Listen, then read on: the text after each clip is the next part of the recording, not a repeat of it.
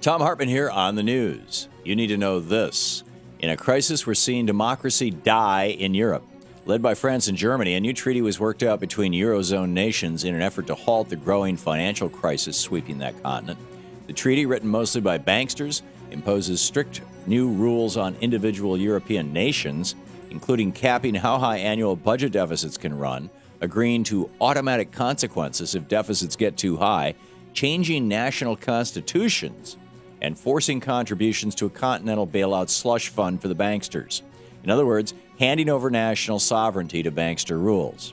The new treaty was too much for the UK, as Prime Minister David Cameron refused to sign on to it, meaning it will have to be a treaty among Euro nations individually and not one binding the Eurozone as a whole.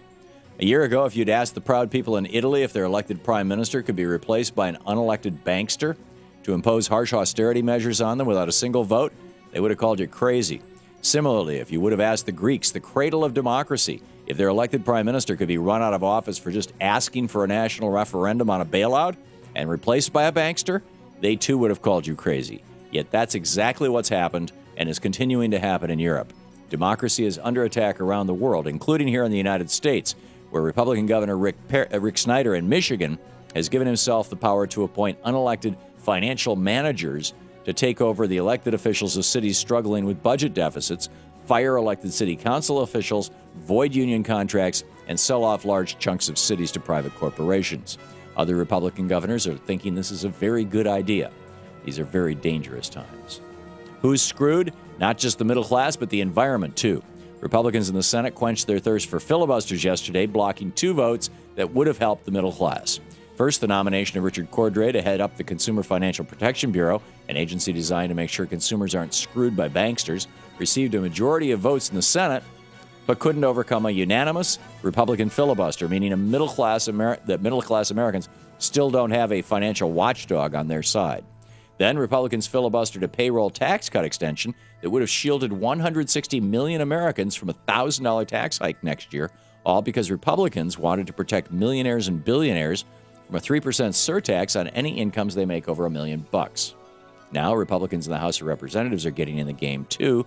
Next week, they'll vote on a bill that extends the payroll tax cut, but only if the controversial Keystone XL toxic oil pipeline is approved, and key environmental regulations that make sure the air we breathe is safe are repealed. In other words, the middle class can have their tax cuts, but only if they're willing to choke on pollution from the Koch brothers. In the best of the rest of the news, the payroll tax cut for the middle class isn't the only thing set to expire at the end of this month. So too are extended unemployment benefits.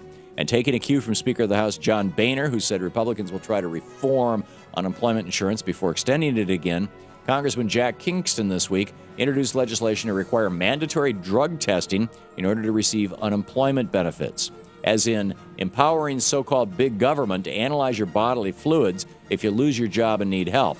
This has already been tried in Florida by right-wing Governor Rick Scott, and it was discovered that mandatory drug testing like this actually costs a lot more than money that it saves. That's because people on welfare tend to use far fewer drugs than other people. In Florida, only 2.5% of welfare recipients tested positive for drug use. The national average is nearly 9%.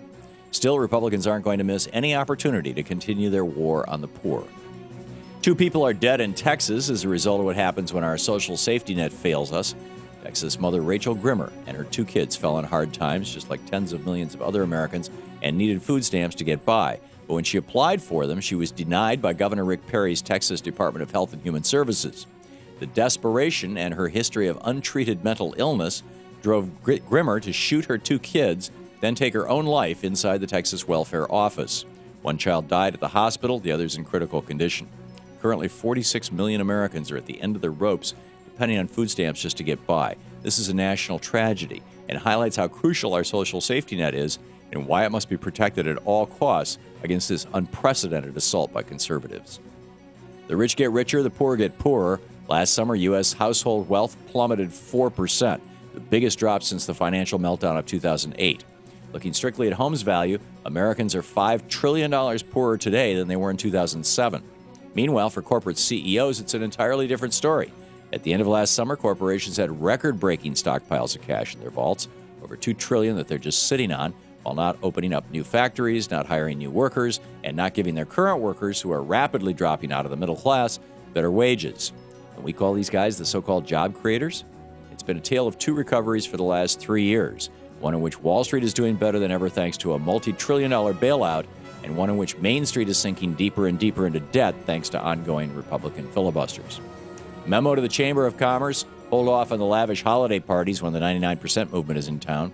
After 3 days of storming congressional offices on Capitol Hill and shutting down lobbyist offices on K Street, the 99% movement and its Take Back the Capitol Days of Action did a little party bashing last night, showing up outside the D.C. headquarters of the Chamber of Commerce for their annual holiday party.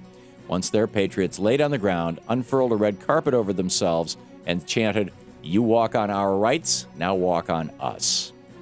And that's the way it is today, Friday, December 9th, 2011. I'm Thom Hartmann on the news.